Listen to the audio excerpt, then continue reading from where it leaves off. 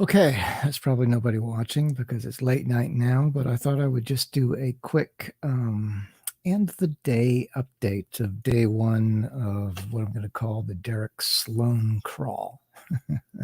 Sort of stalking Derek as he moves through the Fraser Valley here in British Columbia, where I live. Just decided to go to his talks, at least a few of them. And he's doing all kinds of talks all over the Lower Mainland.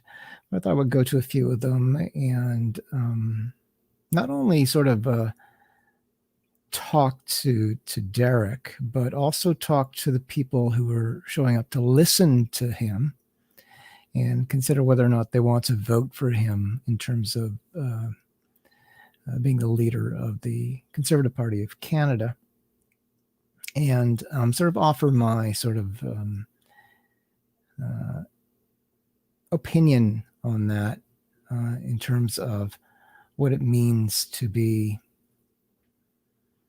well, as I said today, it's easy for politicians to talk, but most of the time, especially for what I would call socially conservative people within the Conservative Party, their leaders don't end up walking the walk and sort of supporting what it is that they had hoped they would support. So Derek Sloan has, to this point, walked the walk on this particular issue. So I wanted to sort of share that with the people who are maybe debating about who they want to vote for in this whole thing. And also just to sort of reiterate the importance of what's happening and how important it is to have a sort of high-profile politician such as Derek taking this issue into the House of Commons and tabling it there. So I'm going to be doing that again tomorrow. I need to get to bed here tonight. I think I've got some clips here. I can just maybe play some clips for you from the day before I sign off here.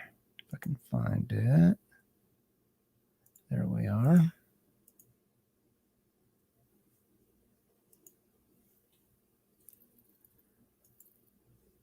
Okay, so let's just play a clip. And it was interesting. They had I was expecting it to be inside the church. It ended up being outside the church, which is kind of nice to have the fresh air and stuff. But they still sort of had to go through this social distancing stuff where they had all the chairs far apart. Most people sort of put them closer together. It's interesting to see that all of the sort of attempts by the government to sort of frighten people into following all of these social distancing guidelines and stuff is not really selling well. I mean, when I went to Surrey, I had to go out into the freeway, and the freeway was packed with people who had been quite obviously out and about, sort of enjoying the sunshine and stuff, with no concerns about the COVID-19 at all. So that was interesting. Anyway, let's just play some brief clips here from the day.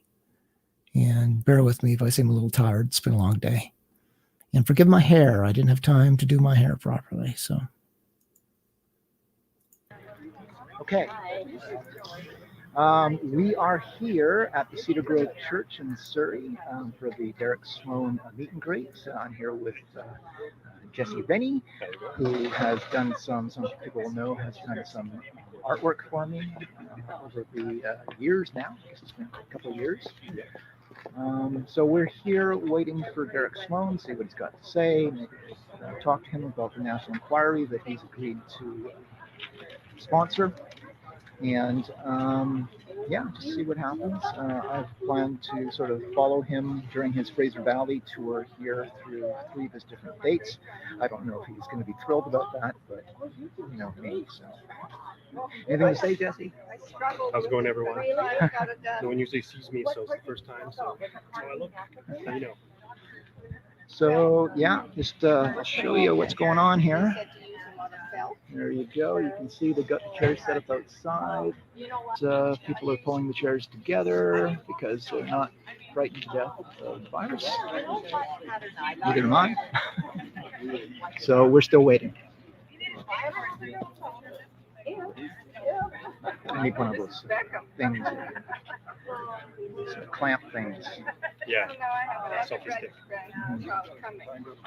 So I think we need to look into it. And I don't trust anything the government tells me, and I'm willing to look at anything. So,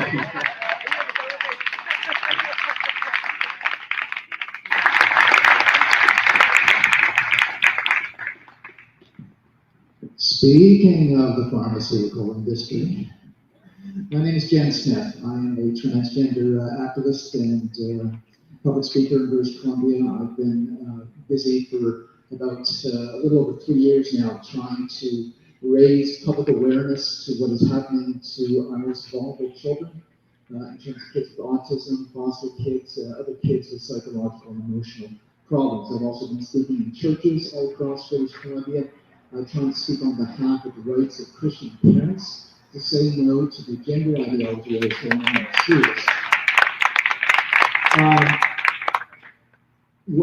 I'd like to sort of start by saying that in political circles, it's very easy for people to talk the talk.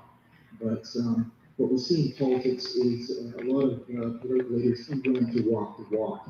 And what I should say is that for the last almost 2 years now, I've been trying to get a national inquiry into what is happening with our most vulnerable children in terms of them being medically transitioned and chemically castrated in many cases. That's right. And it has been extraordinarily difficult for me during the course of that 3 years to get any attention or response or even concern from politicians or school boards, with a few exceptions that will be coming from in a moment here.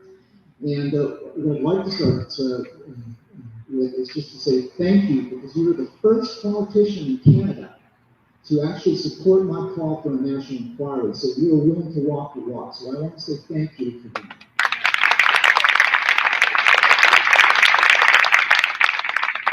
My question is, I was glad to sort of read your interview with Lakeside News, and you made some statements to them. I just want to reconfirm that we're going to continue walking that walk, and that when the opportunity comes, that you'll be able to present our petition to the House of Commons and actually table it, and hopefully have a strong, bold call to investigate this. Like, we're not asking right now for laws to be changed. All we're asking for is that we need investigation to see why so many autistic kids and foster kids are being medically transitioned. It needs to happen, and it needs to happen fast. So I just hope to get your comments on that. Well, thank you for that comment, Jen, and question. Well, I think doing stuff like this is the way to actually win elections, because these are things where we can catch the Liberals with, pardon the pun, their pants down. And, what's going on with, these kids that are getting transitioned, particularly at, at higher rates in the, the foster care system, I mean, it's atrocious.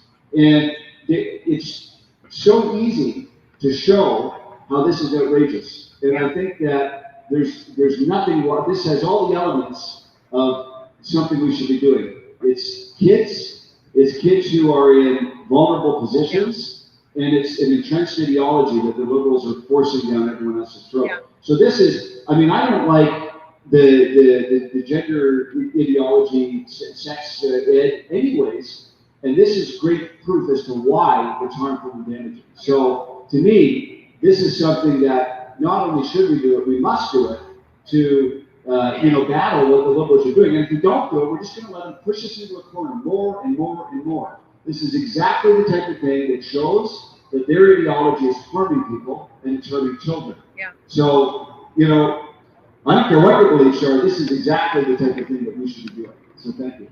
Okay, and just as a follow-up, as I said, I've been doing this for 3 years now. We also have some other people in attendance here. We've got Carrie Simpson from Culture Guard. We have Barry Neufeld, who's the trustee of the Chilliwack School Board, who have been speaking out on these concerns. But one of the things that, like when I first got into this whole debate, I thought that was dealing primarily with an issue of sort of the transgender ideology. But what I encountered quite quickly was a massive, almost systemic attempt to shut me down and silence me over and over and over again. We've seen this with the pressure that Barry Neufeld's been exposed to in Chilliwack. So there is a powerful cancel culture out there. And I've been very happy to hear you talk about that. And I hope that you're going to pursue and maybe look at some sort of legislation or something that will protect the right of people to disagree with the prevailing antics.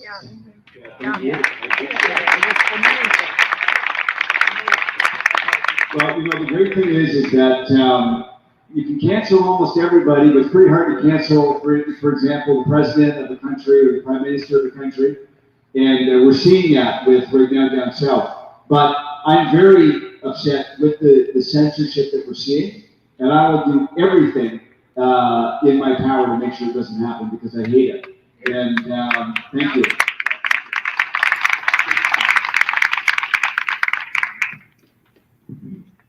Hello, Derek. Thank you very much for putting your name and your reputation forward, running for office. My name is Barry Neufeld, and we have a little bit in common. You've been called the Donald Trump of Canada. I've been called the Donald Trump of Chile. And unfortunately, we cut off Barry's question there, but he is going to be he's going to be speaking probably tomorrow in Chilliwack, or at least asking another question in Chilliwack tomorrow. I will be there.